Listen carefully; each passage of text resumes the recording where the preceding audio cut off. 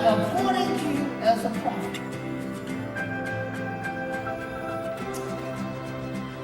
Turn with me. And here again, Kevin, I apologize. I got more to read today than I've read in a long time. But I just want to, I want to just read to you what the Bible says, okay? 2 Kings,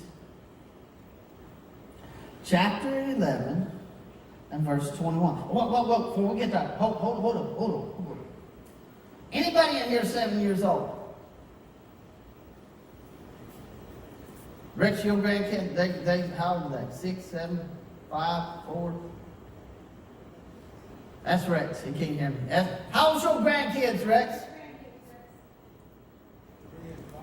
3 and 5. Anybody 8? Anybody 9? Huh? Come on. There. 8 years old, right? Yes. Okay, come on up here. You're afraid of me, are That's a nice way. All right, let's go to 1 Kings. No, excuse me. 2 Kings, chapter 11, verse 21. Now, I want you to look, turn around here and look at him. He's how old? 8. Are you 8 and a half, 8 3/4? 8 and a week? 8 3/4. Okay. All right. Somebody read to me what verse 21 says. We got it? 2 Kings? 7 years old was Josiah when he began to reign. Okay. 12 and 1 and 2. Okay. 7th year. And the 7th year of Jehu, Josiah began to reign. And 40 years reigned he in Jerusalem, and his mother's name was Bathsheba. I got that part. In verse 2, and Josiah did that which was right in the sight of the Lord all his days when Jehoiada the priest instructed him. Okay. Now I want you to get this picture. He's 8, right? Now, let's just get honest. Would you expect him to be a king? What are you laughing about? Huh? I mean, would you be king if they let you? No? Okay. That's a good point. He was 7 years old. Get a hold of that. 7 years old. When he began to reign. But I want you to notice the last part of the verse. He done right in the sight of the Lord all his days. Matter of fact, he was one of the last one. You want to stay with me? You want to sit down? Okay. Thank you. He done right in the sight of the Lord. Wherein the priest instructed him. Oh, I'm going somewhere today. I got something for you today. It is our responsibility to instruct you. Sometimes you're going to like it. Sometimes you ain't. But the fact of the matter, 7 years old, he became the king of a nation. The nation of Israel. God's chosen people. Now, you don't have to answer me. And it's hard to look at a 7-year-old and say, what do you want to be when you grow up and you're a king? What do you want to be when you grow up?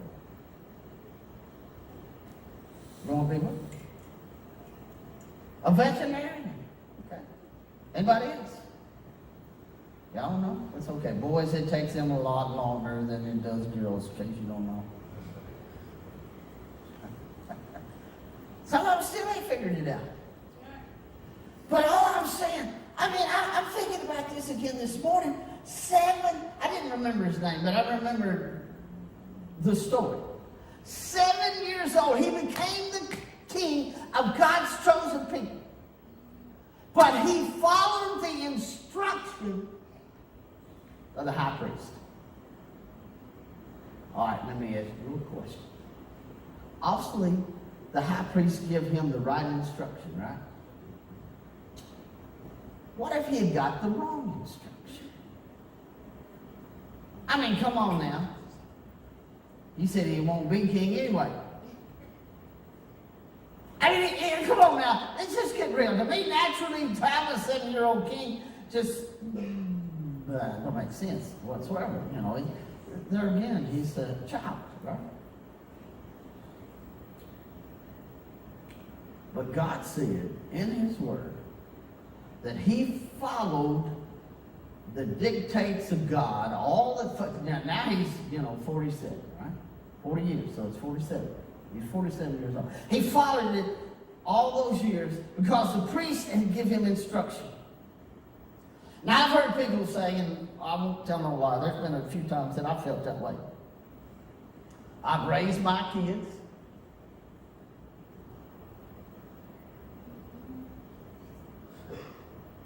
I've done my duty. It's somebody else's job. Now I know y'all ain't said that. That's okay. I know ain't none of y'all said that. That's okay. You said, well, he was the priest. That was his job. Let's just get real. How many people today, matter of fact, when Chris was talking about something earlier, they just do things because it's a job. They don't have enough. I really believe this priest had a passion for God, because if he hadn't, somebody help me up in here. Come on now. Come on back up here. Now, I'm sorry. What's your name again? Colton. I remember that. We got all, praise the Lord, we got all kinds of Coltons in here. Okay. I could lead Colton down the wrong road. Right?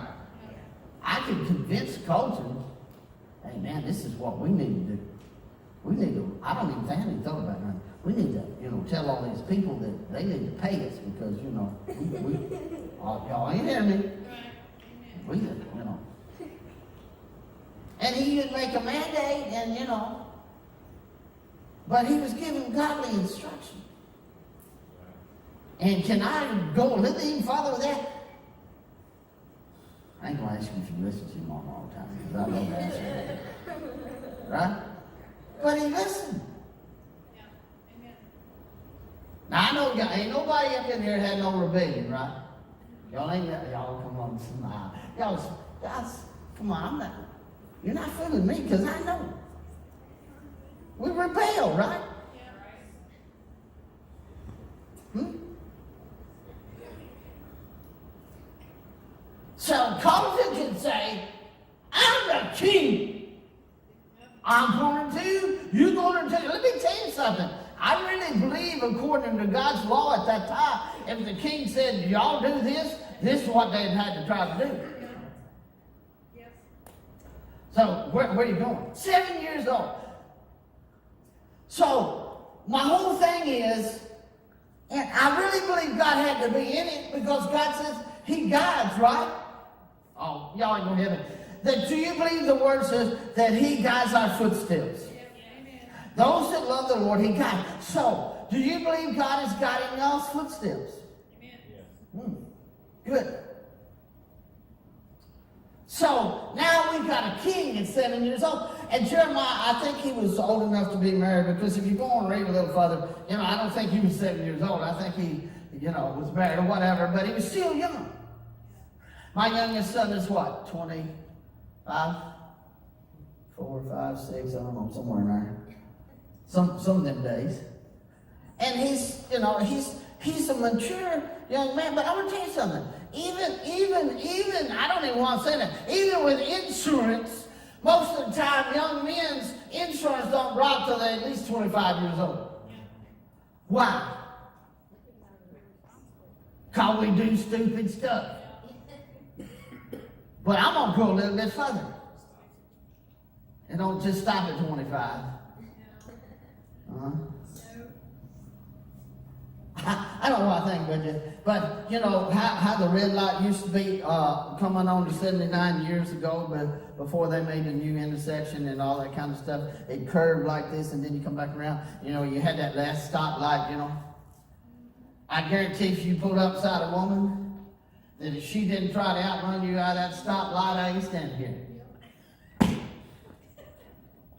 So it ain't just young men, is all I'm trying to say. And it's young women as well. Come on now, yes, even according to science and history and all the statistics that we got, young women mature faster. I don't know why. But all I'm saying is, my problem is people keep saying they're the church of tomorrow. They want to be the church of the day. They want to be the ones leading some of us around and saying, hey, don't you remember when you used to do this? And some of us never done. Don't you? And leading and guiding us, you say, well, they don't know. Well, okay, that's a good point. So then you need to be helping them.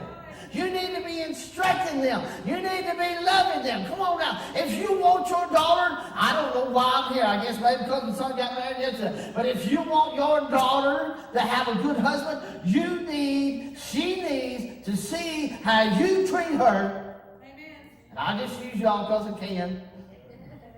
But she needs to see what a real husband ought to be like. Right. Amen. Right? It's just like Chris said last week. Don't do as I do as I say. That don't fly. I'm kidding you. That don't fly. We go by an example. And there again, I'm going to use these two. I believe he had a godly example, and he followed that example, and he led according to the dictates of God because he had godly instruction. And we worry about kids today, but you know who I'm really worried about? It's the ones from Joel's age, in between some of our ages, because we haven't been instructed, we haven't been taught, we haven't trained, and quite frankly, some people don't even care. But the fact of the matter is, God's got a plan, and I believe God's got a plan for everybody, and you and I need to fall into that plan. So he was king at 7 years old. 1 Timothy. I don't even think I wrote that down. Well, I wrote it down, but I don't think I marked it.